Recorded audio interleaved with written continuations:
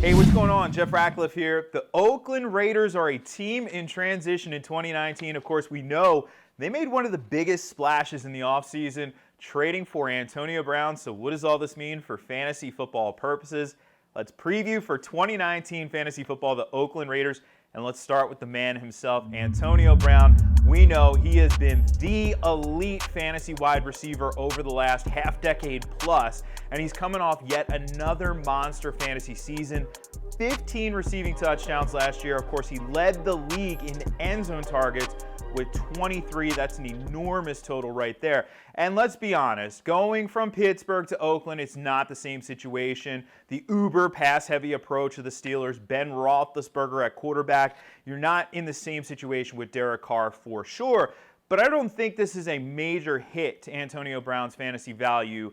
So, we're looking at him maybe not as the first guy, certainly not the first guy off the board, but he will be one of the first 10 and really very likely one of the first 8 wide receivers taken in your draft. He's still a rock-solid fantasy option, and the reason for that is pretty simple. He is a target monster. Any receiver who can average at or near 10 targets per game is a target monster. Antonio Brown is going to command those targets in the Oakland offense, and he doesn't have a ton of competition for the target share, like he did last year, by the way, with Juju Smith-Schuster. So the target volume is going to be there, not as much upside as you would with Ben Roethlisberger throwing you the ball. Derek Carr, certainly a downgrade, but that being said, like I mentioned, he's a top 10, top 8 receiver. He's going to be going off the board in the second round. At the latest, he might slide to the early third round of your 12-team leagues, but very likely a second-round pick. Now, of course, the Raiders also bolstered their wide receiver core with the addition of Tyrell Williams. We've seen upside out of Williams in the past in his time with the Chargers. Last season was a little bit up and down, but we also saw Mike Williams emerging for the Chargers, so they were sort of competing with each other, cannibalizing off of each other's fantasy value. There really isn't a guy who's going to cannibalize off of him, though, so he should hit the ground running and be the very clear number 2 receiver in this offense. That being said, it isn't an uber pass-heavy offense, so there may not be a ton of meat on the bone there for him after what Antonio Brown gets.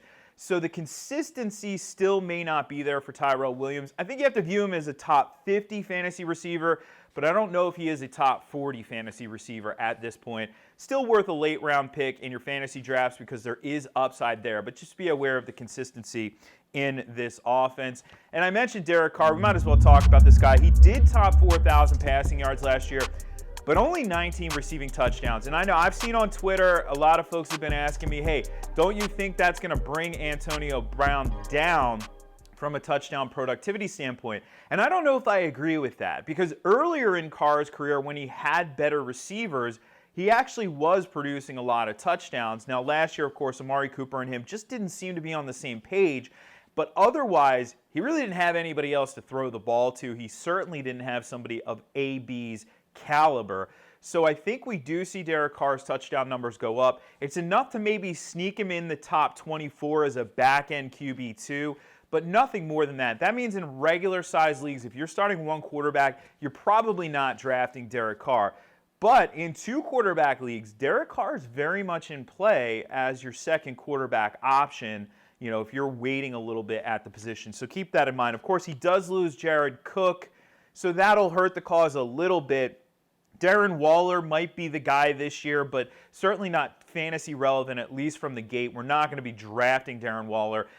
We really don't know much about him at the pro level. He hasn't done much so far, but he has appealing upside, so he's going to be a guy. Just keep an eye on him as the season goes on, because we know Carr used his tight end a lot, obviously, in Cook last year, but not a fantasy draftable guy. But I tell you what, Josh Jacobs, the rookie out of Alabama, is fantasy draftable. He's in a prime position to produce in his rookie season. Of course, the Raiders took him in the first round.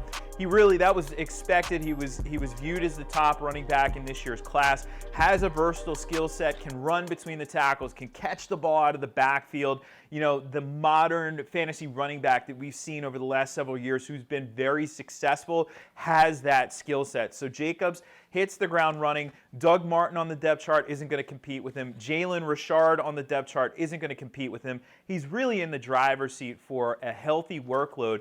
You have to be viewing Josh Jacobs as a viable RB2, mid-range RB2 this year with some upside. If things break right in Oakland this year for Josh Jacobs, he could be a big-time fantasy producer. So getting him in the 4th round potentially in your 12-team drafts is a nice spot to be looking at Josh Jacobs this year. You want to see where Jacobs lands and the rest of the Oakland Raiders in our fantasy rankings? You can check those out and more at PFF.com.